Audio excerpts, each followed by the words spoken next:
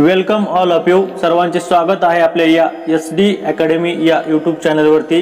आज आपण इयत्ता 9वीच्या 1.1 वॉक अ लिटल स्लोअर या कवितेच्या खाली असलेल्या इंग्लिश वर्कशॉपमधील सर्व प्रश्नांची उत्तरे सविस्तरपणे पाहणार आहोत. प्रश्न पहिला, रीड द पोएम अलाउड.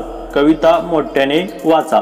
इथे विद्यार्थ्यांनी कविता मोठ्याने वाचायची आहे. प्रश्न दुसरा, put the words given in brackets in the proper blanks. कंसात दिलेले शब्द योग्य रिकामी जागा भरा. Question A, the dash dash dash is talking to its dash dash dash. कंसात पर्याय आहेत father, child.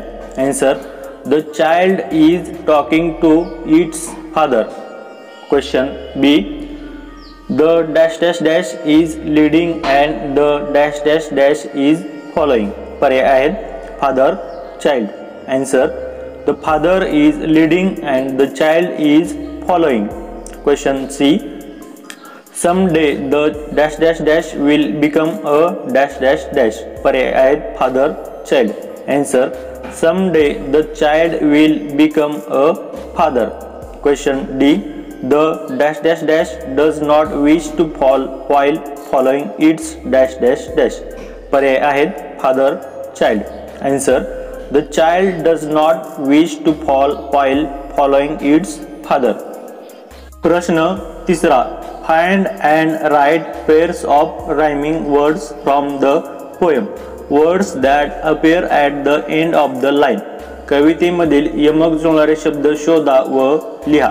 Answer, small, fall, see, me, be, me, true, you.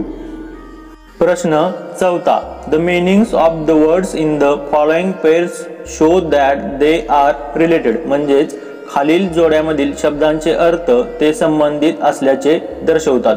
For example, daddy और father related word child, follow related word lead.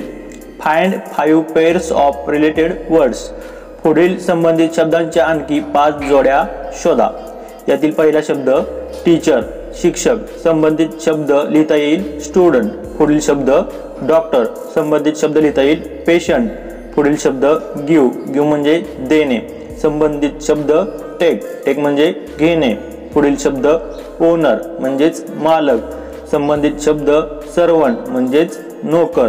पुढील शब्द कम, कम म्हणजे येणे. याचा संबंधित शब्द गो, गो म्हणजे जाणे. प्रश्न पाचवा, child in the poem request his father to walk slower. कवितेतील मूल त्याच्या वडिलांना हळू चालण्याची विनंती करते. Here the poet implies that the child wants to understand his father's action better. येथे कवी असे सुचवतो मुलाला त्याच्या वडिलांच्या कृती चांगल्या प्रकारे समजून घ्यायच्या आहेत. The child would like to act the same way. मुलाला तसंच वागायला आवडेल, but wants the father to be more understanding towards the child's needs. परंतु वडिलांनी मुलांच्या गरजा अधिक समजून घ्याव्यात असे वाटते. What is implied in the following lines. खालील दिलेल्या ओळीमध्ये काय सूचित केले आहे. या ठिकाणी आपल्याला 4 ओळी दिलेल्या आहेत. त्या काय सूचित करतात ते लिहायचे आहे. यातील ए, sometimes your steps are faster. Answer, sometimes the father's actions are too quick for the child to follow them properly. B, sometimes your steps are hard to see. Answer, sometimes the actions of the father are so difficult that the child cannot understand, observe and act accordingly. C, I would want to lead just right. Answer, the child who is grown up now wants to guide his child correctly in the journey of his life. D, and know that I was true. Answer, the grown up child is confident about his opinions, judgments and actions in his life. He was correct and sincere throughout his life like his father. प्रश्न 6वा, using your own ideas frame 3 sentences that show continuous action म्हणजे तुमच्या स्वतःच्या कल्पना वापरून क्रिया चालू आहे दर्शवणारी 3 वाक्ये बनवा. Example, you are leading me. Verb plus ING म्हणजेच फिफोरचा वापर चालू क्रिया दर्शवण्यासाठी केला जातो. एक्झाम्पल पाहूया. 1 नंबर, आय एम टीचिंग यू. मी तुम्हाला शिकवत आहे. 2 नंबर, यू आर वॉचिंग व्हिडिओ. तुम्ही व्हिडिओ पाहत आहात. 3रा, दे आर प्लेइंग क्रिकेट. ते क्रिकेट खेळत आहेत. प्रश्न 7वा, using your own ideas frame at least 3 sentences that show future action or state म्हणजेच तुमच्या स्वतःच्या कल्पना वापरून भविष्यातील क्रिया किंवा स्थिती दर्शवणारी किमान 3 वाक्ये बनवा. Example, who will want to follow me. 2 नंबर, when I am all grown up. पुढील वाक्य, they are going to arrive tomorrow. पुढील वाक्य, I shall be 25 years old in 2023. पुढील वाक्य, she will write a story. I will call you later. प्रश्न 8वा, discuss the following and write the summary of your discussion in the form of bullets point. पुढील मुद्द्यावर चर्चा करा आणि त्या चर्चेचा सारांश ठळक मुद्द्यांच्या स्वरूपात मांडा. येथील question A, how are certain ideas, customs, knowledge passed on from one generation to the next. काही कल्पना, प्रथा, ज्ञान कसे एका पिढीकडून दुसऱ्या पिढीकडे हस्तांतरित झाले. Answer, preserved by forefathers and passed on to new generations. 2रा, continue to exist till this date. पुढील, mythological literature, Vedas, folklores, fable and arts instilled cultural values into them. पुढील, known to them through celebrations of festival and religious ceremonies. पुढील आहे, every community wants to preserve their cultural heritage because of their conservative mindset. पुढील आहे B, it is necessary for children to follow the footsteps of their forefathers.